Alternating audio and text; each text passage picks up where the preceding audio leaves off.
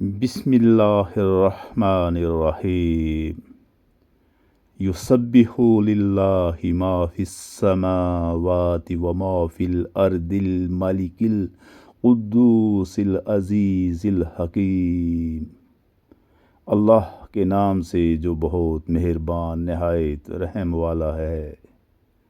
یسبح للہ ما فی السماوات وما فی الارض، تسبیح بیان کرتے ہیں وہ سب جو آسمانوں میں ہیں اور زمین میں ہیں اللہ تبارک و تعالیٰ کی، جو کہ الملک القدوس العزیز الحکیم، جو کہ بادشاہ ہے، پاک ہے، زبردست ہے اور حکمت والا ہے۔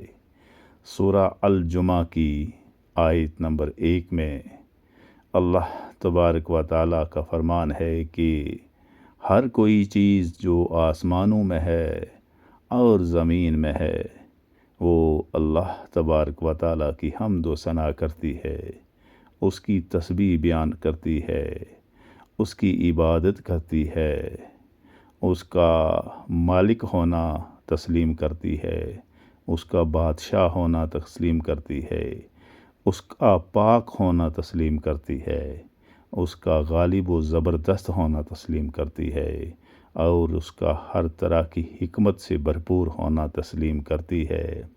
اس آیت کریمہ میں اللہ تبارک و تعالیٰ کا اسم ذات ہے، شروع میں یسبح للہ اور اس کے بعد آخر میں 4 اس کے صفاتی نام ہیں، الملک، القدوس، العزیز، الحکیم۔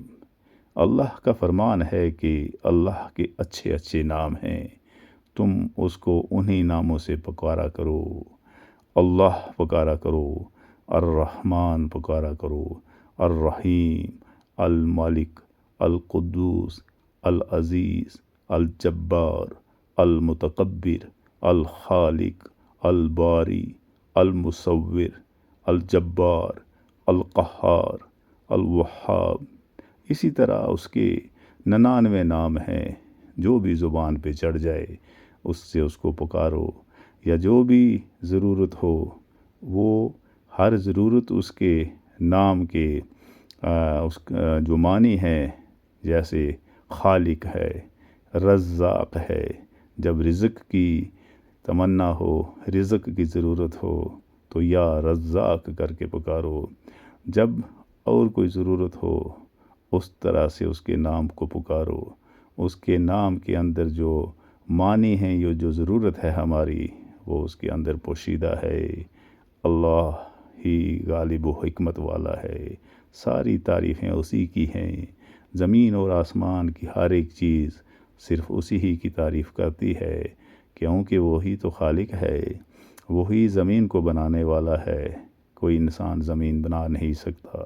وہی آسمانوں کو بنانے والا ہے، کوئی انسان یا کوئی دوسری چیز، کوئی دوسری مخلوق نہ آسمانوں کو بنا سکتی ہے، اور نہ آسمانوں کے اندر اس نے یا اس کے آسمانوں پہ اس نے جو چیزیں بنائی ہیں، جیسے سورج، چاند، تارے، سیارے ہیں، کوئی نہیں بنا سکتا۔